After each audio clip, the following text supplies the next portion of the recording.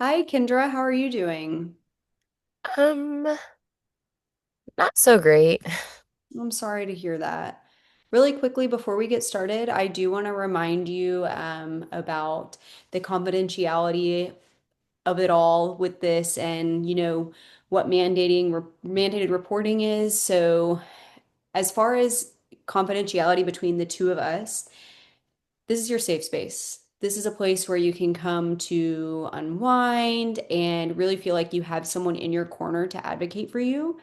However, if you do indicate that you are feeling like you're going to harm yourself or someone else, or you're going to kill yourself or kill someone else, or that really anybody is in an unsafe situation because of any actions that you're thinking of, I'm gonna have to, bring some friends in on that, okay?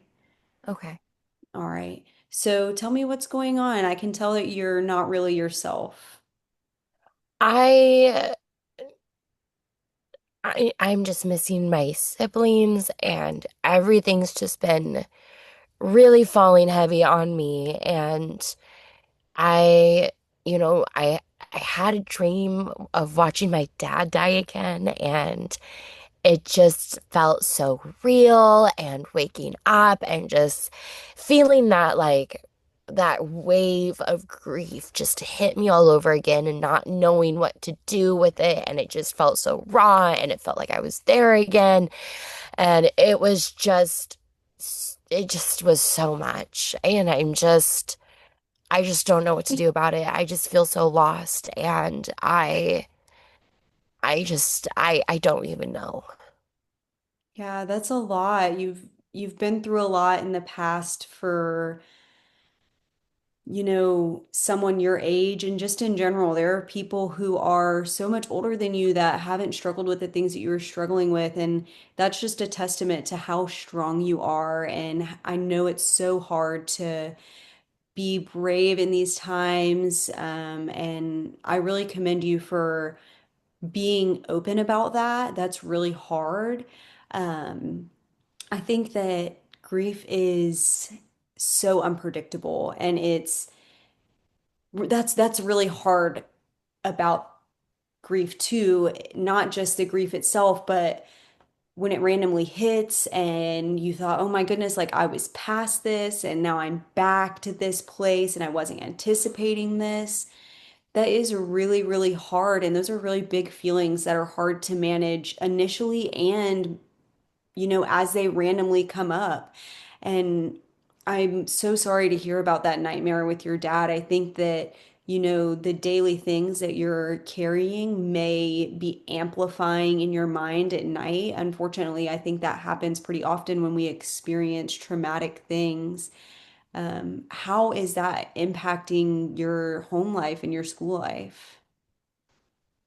It's, I mean, it's all I can think about right now. It's just seeing that. It's like replaying in my head every day. I mean, I can't focus because it's all I can think about. And then, I just feel like you know, failed my siblings because they're no longer, I don't have them with me anymore and I haven't been able to see them. And it's like, I feel just so lost right now. I can't even focus. I mean, I can't even tell you what I ate for lunch today because I just can't remember. It's one of those things that all I can think about is, you know, feeling like I failed my siblings and feeling like, I watched my dad pass away and what if I'm failing him? And it's just like that. It's just like a feeling of what's the point? Yeah. I think that that's very complex, right? You have people here that you're worried about failing. You have your dad who's in heaven that you're worried about failing. And that's a lot of pressure, isn't it?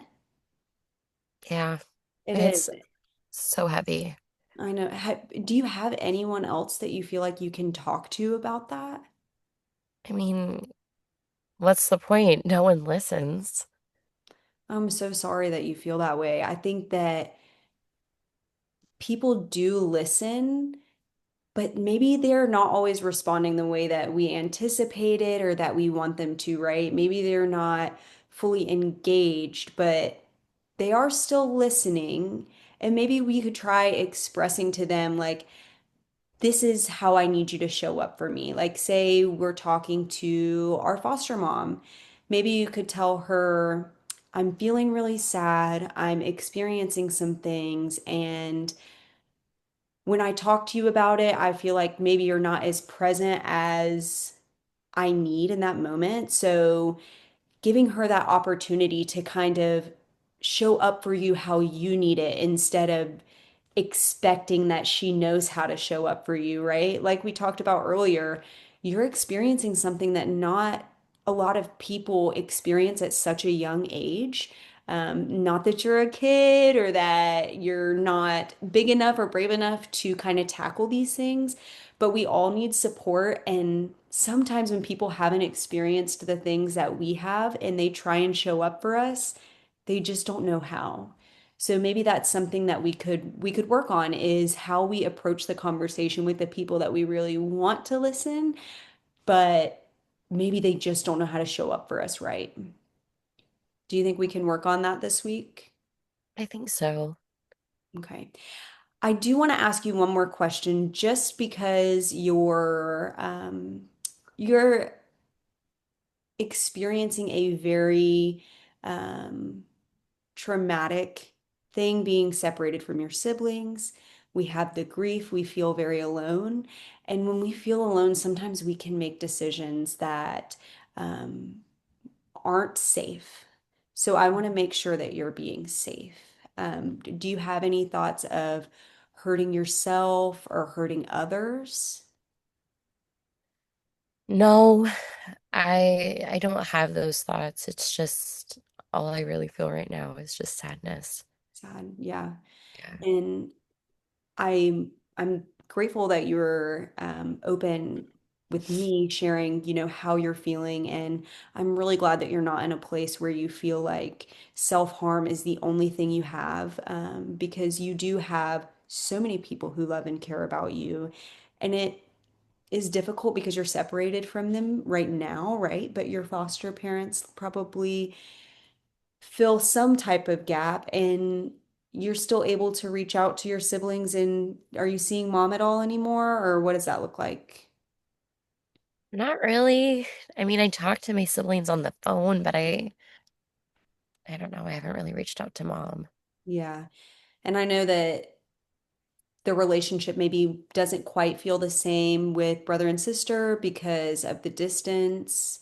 Do you think that that's accurate? Yeah. Yeah. I want to encourage you because we're all so young right now, right? Like brother and sister are young. You're older, but we have so much space to fill in regards to relationships. And I think that you've showed up for them so much that this is just going to be a very small piece of what they remember when they think of their relationship with you. I would encourage you to continue to call them and try and make contact with them and maintain that relationship in any way you can. And you and I are going to continue to work through this grief and all of the other emotions you're feeling. I want you to know, like, this is completely normal, the feelings that you're having. And I'm really proud of you for still showing up because it's hard, and I know it's hard. So I just want to thank you again for coming into this space and being so open, even when I know you're feeling so down. Thank you. All right. Well, do you have any questions for me? No, not at the moment. I really appreciate this. Thank you. You're so welcome. We're going to go ahead and schedule the next appointment if that's okay with you. And in the meantime, like I said, let's work on expressing to others how they can show up for us. And next time, maybe we'll go over some more coping skills, okay? Okay. Thank you. All right, Kendra, have a good day. Thank you. You too.